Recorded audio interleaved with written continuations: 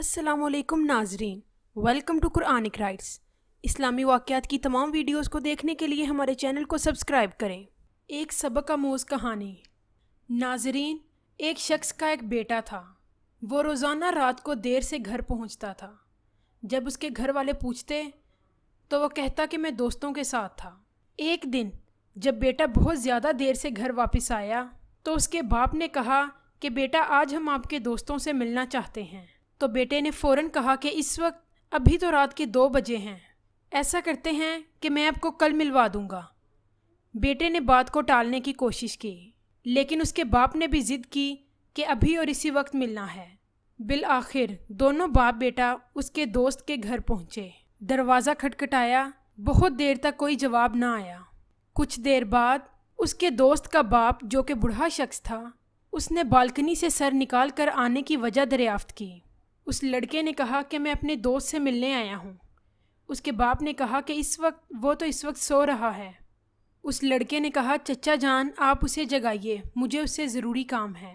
مگر بہت دیر گزرنے کے بعد بھی یہی جواب ملا کہ صبح کو آ جانا، ابھی اسے سونے دو۔ اب تو لڑکے کی عزت کا معاملہ تھا۔ لڑکے نے ضروری کام کا بہانہ بھی کیا، لیکن اس کے دوست نے آنا تو دور کی بات، باہر جھانکنا تک گوارا نہیں کیا۔ باپ نے کہا کہ چلو اب میرے ایک دوست کے پاس چلتے ہیں جو فلاں گاؤں میں رہتا ہے، اس کا نام خیر دین ہے۔ دونوں باپ بیٹا رات کے 2 بجے گاؤں کی طرف روانہ ہو گئے۔ اذانوں سے کچھ دیر پہلے دونوں باپ بیٹا اس کے گھر پہنچے اور اس کے گھر کا دروازہ کھٹکھٹایا۔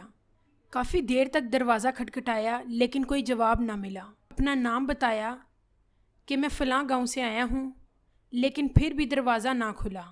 اب اس کے بیٹے کے چہرے پر فاتحانہ مسکراہٹ آ گئی۔ اسی لمحے لاٹھی کی آواز سنائی دی اور دروازہ کھلنے کی آواز آئی۔ ایک بوڑھا شخص برآمد ہوا جس نے لپٹ کر اپنے دوست کو گلے لگا لیا۔ اس نے اپنے دوست سے لیٹ دروازہ کھولنے کی معذرت کی۔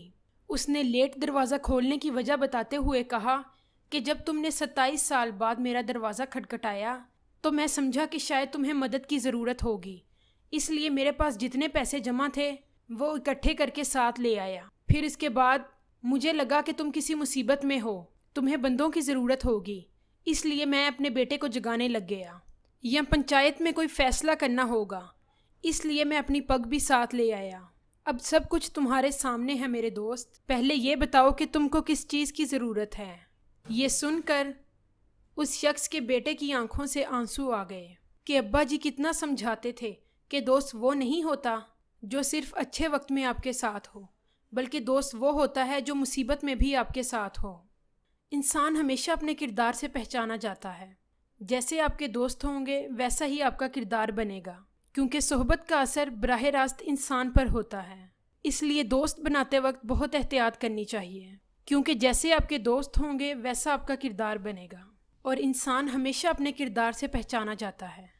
ناظرین، امید کرتی ہوں کہ یہ ویڈیو آپ کو پسند آئے گی۔ ویڈیو کو لائک کریں اور شیئر کریں، اور ایسی مزید ویڈیوز کو دیکھنے کے لیے ہمارے چینل کو سبسکرائب کریں۔ دعاؤں میں یاد رکھیے۔ اللہ حافظ۔